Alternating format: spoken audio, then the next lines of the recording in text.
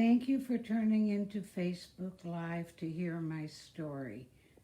My name is Yvonne Aronson, and I am a Holocaust survivor. My journey begins in 1887 when my great-grandparents came from Vienna, Austria, to New York City with the intent of settling in the U.S. My grandmother was born in New York in August of 1888, and when she was 2 years old in 1890, my great-grandmother packed herself and her daughter up and went back to Vienna, Austria. My guess is that they ended up in the ghetto in New York, and that was a very different life from the one my great-grandmother had lived in Vienna. So my great-grandfather stayed in New York another year, thinking his wife and child would return, and when that didn't happen, he too returned to Vienna, and that is how my family happened to be in Europe when Hitler struck in 1938. My mother was born in Vienna, Austria in November of 1919, and when she was 18 years old and engaged to be married, she saw to it that both sides of the family went to Brussels, Belgium, because Belgium was neutral at that time. My grandmother being a New York citizen, my mother felt that the only way out for any of us would be to send her to New York, to the States. And so what happened was, first of all, my grandmother was a princess. She couldn't boil water, literally. She was beautiful, she was charming, and she was a bridge player. And those were her skills. And she didn't speak anything except German. So my mother put my grandmother on a bus to go to Le Havre, which was the port in France, to sail to America. She had a friend in Chicago who was going to help her. In the interim, the rest of us were in Brussels. I was born April 5th, 1939, and in May of 1940, my father and his brother were picked up on the street. Everybody had false papers. They were not Belgian citizens. And they were taken to a labor camp in southern France, outside of Carcassonne. The rest of us, which included my mother, my great-grandmother, my great-aunt, and I, remained in Brussels. And ultimately, we went into a convent to be in hiding. As a result, my mother was asked to pose as a novice nun, and after passing out in the aisle of the church, she was asked not to attend Mass anymore, and they made her governess for the children in the convent. There were 25 of us. I was the only one with a parent. There wasn't much in the way of food, and every night my mother would take one child and share the little that we had.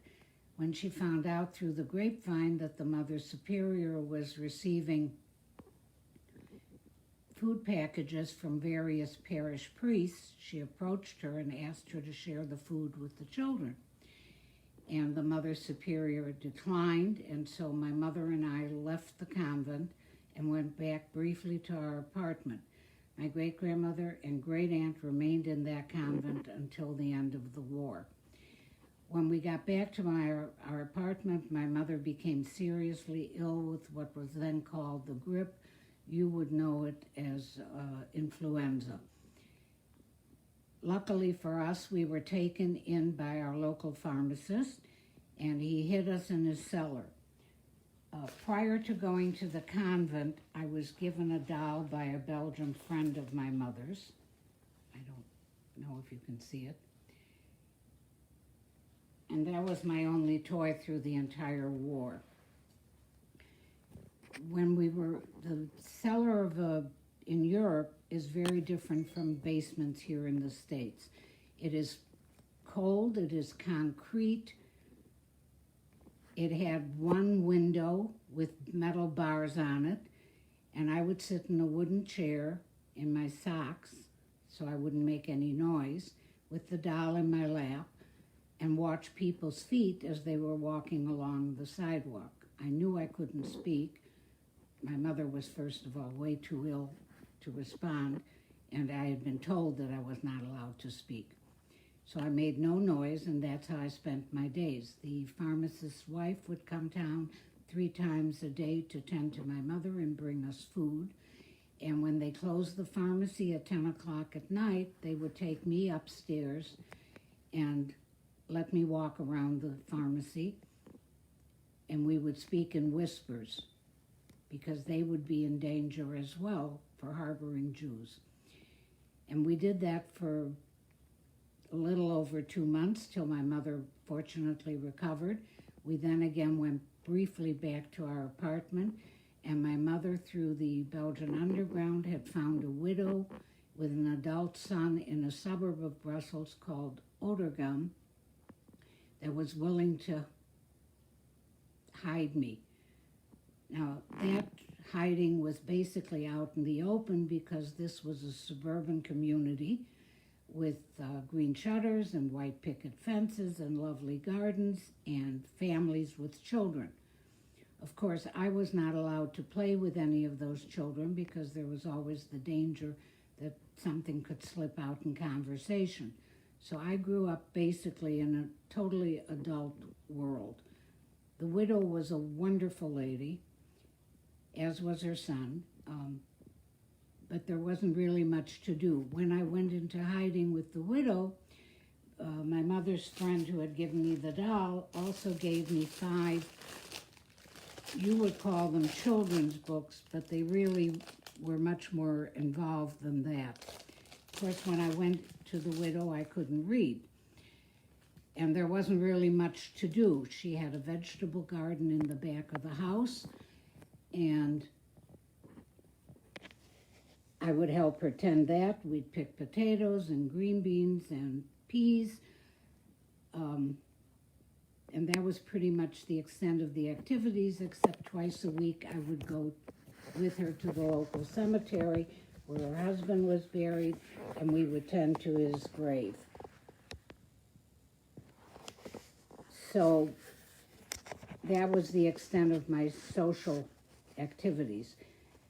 Because I was bored, because I wasn't allowed to listen to the radio, I ultimately taught myself how to read, and I had those 5 books, and I read them and reread them and reread them. Now, I was luckier than most because my mother would come out every Sunday to visit me. And one Sunday I was told she can't come because there was a streetcar strike.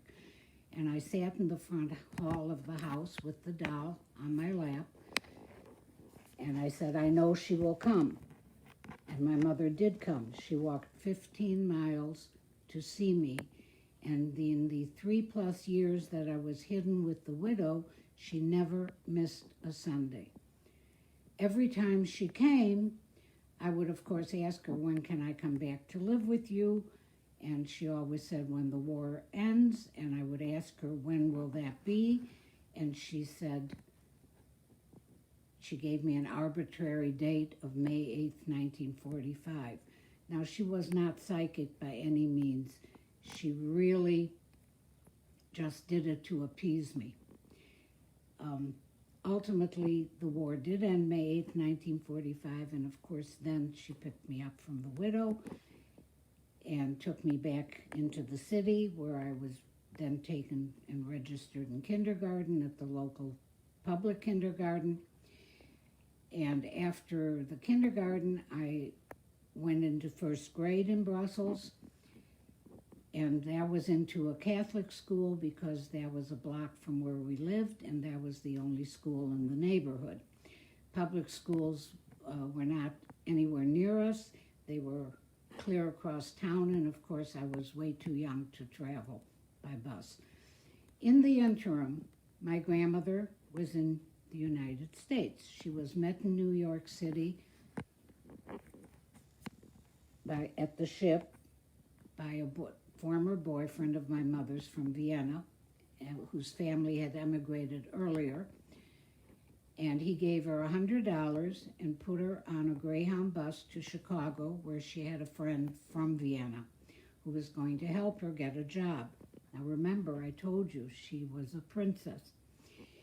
This was around Passover time, and her friend gave her recipes so she could cook, and she went to work for a Jewish family in Hyde Park, which is on the south side of Chicago, where Barack Obama lives. So the family was very kind, and my grandmother made one of the recipes, which was matzo ball soup, and that she always told the story, the first batch you could have played hockey with. They did improve with age, and I still make them from that recipe, and they are not hockey pucks anymore. And as I said, the rest of us were still, my mother and I continued living in Brussels, and my great-grandmother and great-aunt came out of the convent at the end of the war and came back to live with us. And what happened then was my mother had to make several trips to Antwerp, Belgium, to the American consul to try and get us visas to come to America. In the interim, my mother had already gotten a letter from the French War Ministry telling her that my father had been killed. And someone that was with him in Auschwitz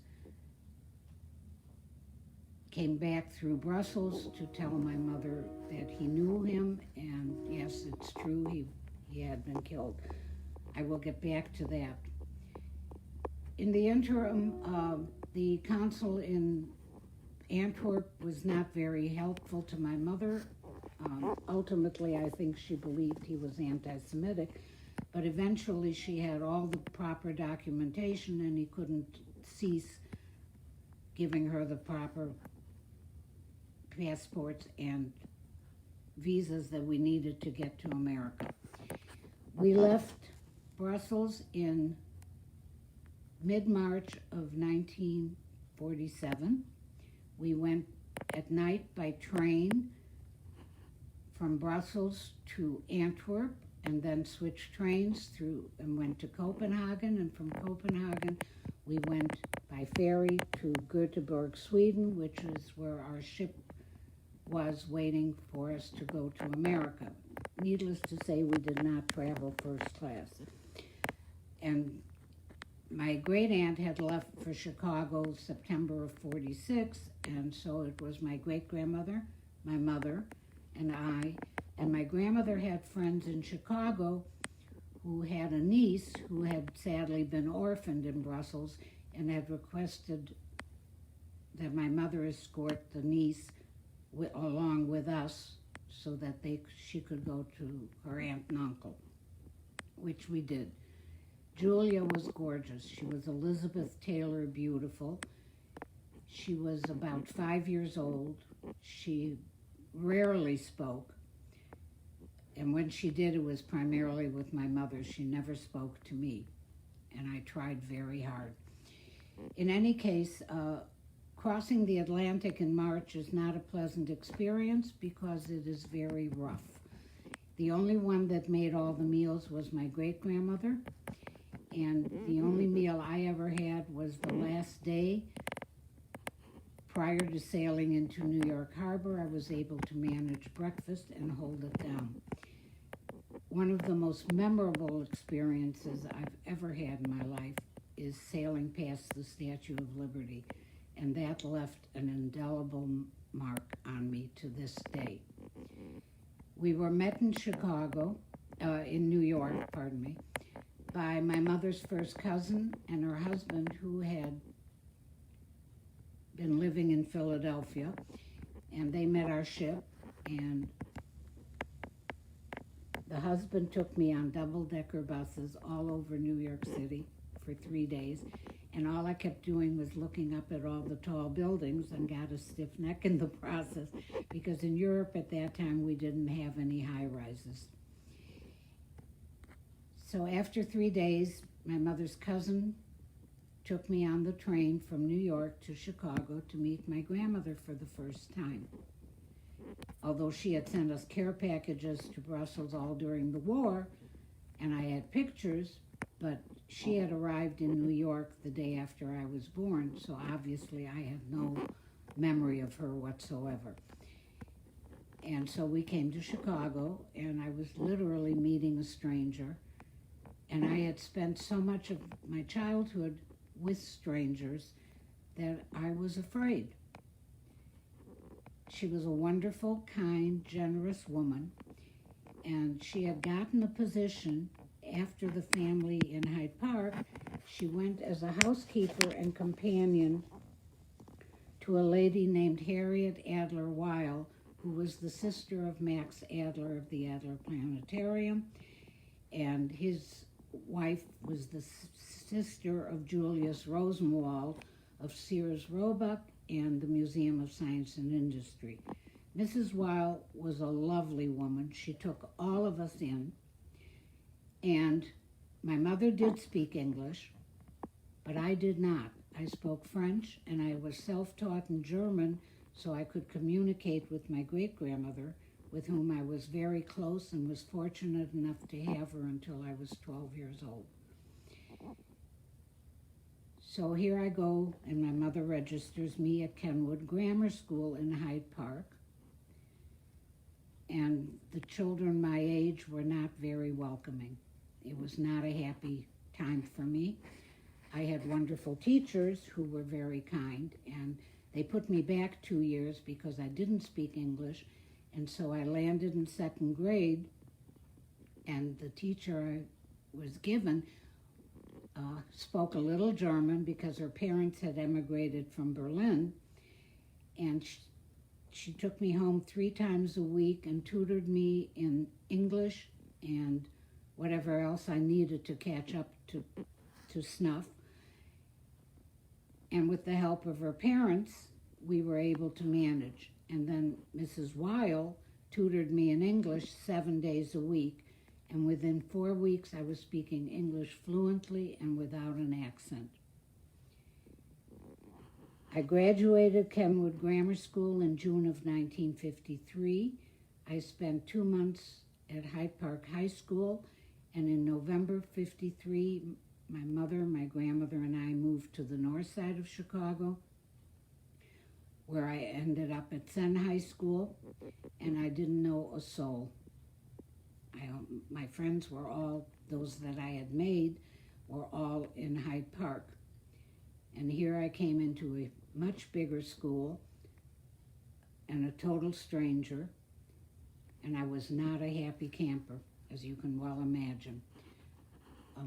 Luckily, I was taken, there was a young gal in one of my classes who took me under her wing and introduced me to her friends. And one of those friends is still a friend of mine today, living in L.A., and we've remained close all these years. I graduated Senn in June of 1957. I went to the University of Illinois at Navy Pier, which we fondly called the Chicago Underwater Division, because in the winter it really was. And I was there for 3 years. I married in November of 1959. And since divorced, I have 3 adult children. My older son, Larry, who's 57, who owns 3 advertising agencies. My younger son, Richard, who became an attorney and is now a real estate broker. My daughter, Lori, who is 51 and is a pediatric anesthesiologist at Children's Hospital in Cincinnati. I have 5 grandchildren ranging in age from 31 to 12, I have 1 great-grandchild, 7, and I consider myself very, very blessed. About 23 years ago, a friend of mine and I went to elder hostel in Baltimore, Maryland, and then took the weekend and went to Washington, D.C., to the Holocaust Museum there. I was trying to get information on my aunt and uncle, my mother's sister. My mother's sister was killed immediately upon arrival in Auschwitz. Getting information about my father was a little more complicated. The librarian at the main library at the museum told me I need a transport number, and I said if I had that I wouldn't be here.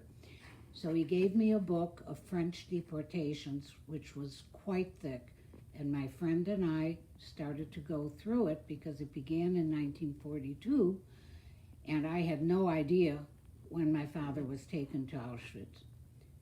We just knew that he had been.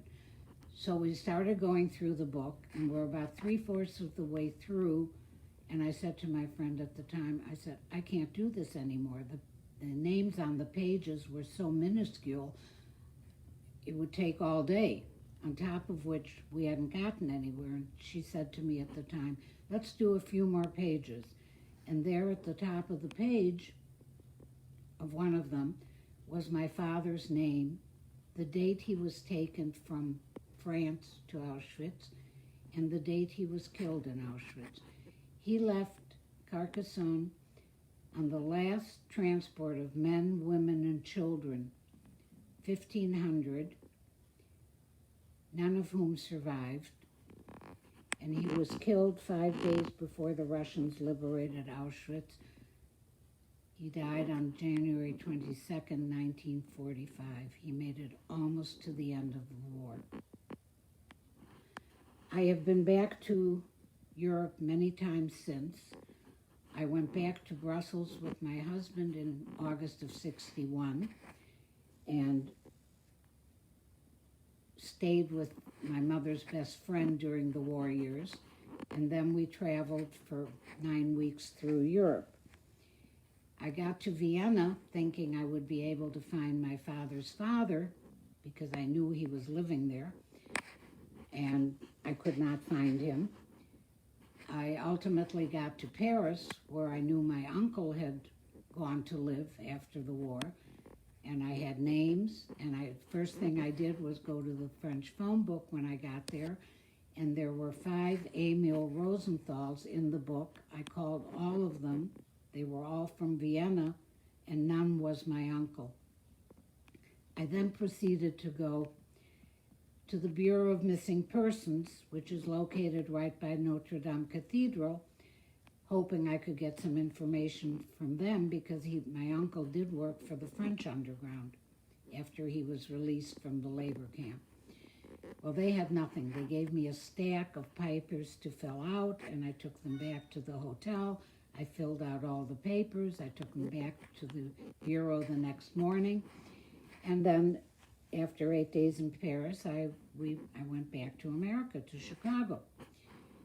I got here, and my stepfather said, why don't we put an ad in the German language newspaper that was published in New York?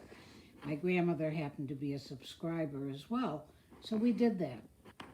And as a result of that ad, I got information on my uncle in Paris, on my grandfather in Vienna, and in 1964, we had a family reunion.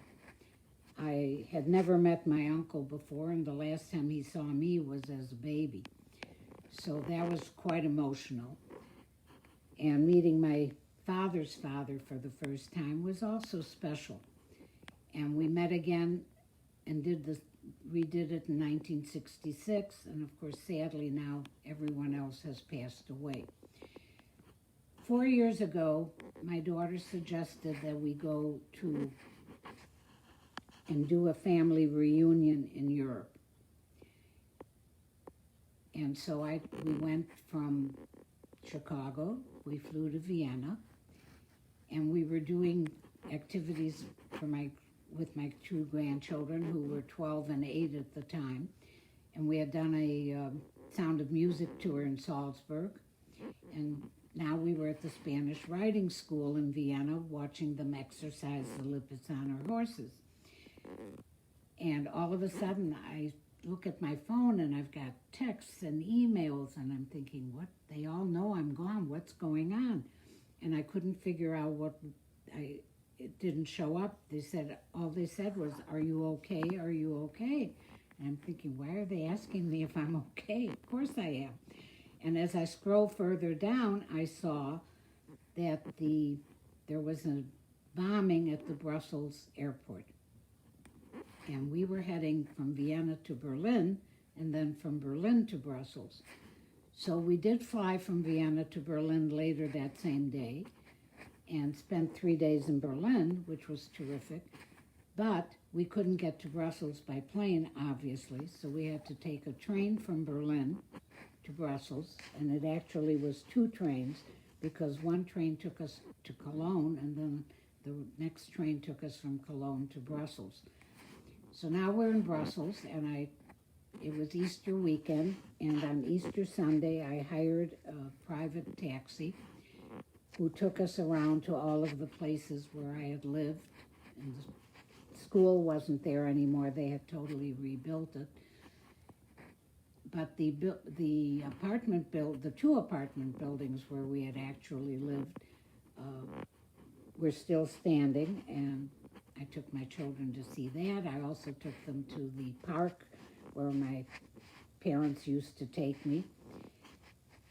And so we had toured, and then I had the driver take us to the house where I'd been hidden with the widow. And that was still the same, but it left a very strange feeling.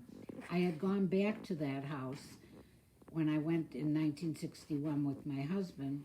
The widow had sadly passed away in November of 60, but her son and his wife and child were still living in that house. And I remember walking into the house, and it just brought all kinds of memories back, both sad and pleasant.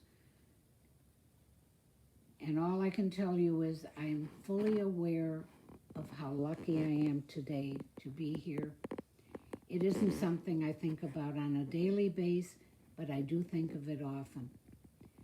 Sadly, today I'm the last one standing. My mother passed away 25 years ago, and my grandmother passed away 44 years ago. We've had rough times and we've had good times, and the memories to this day sustain me.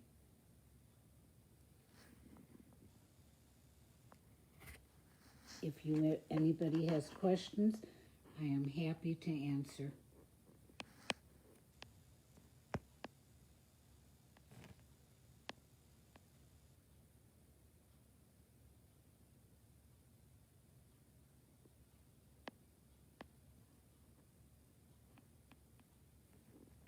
Okay.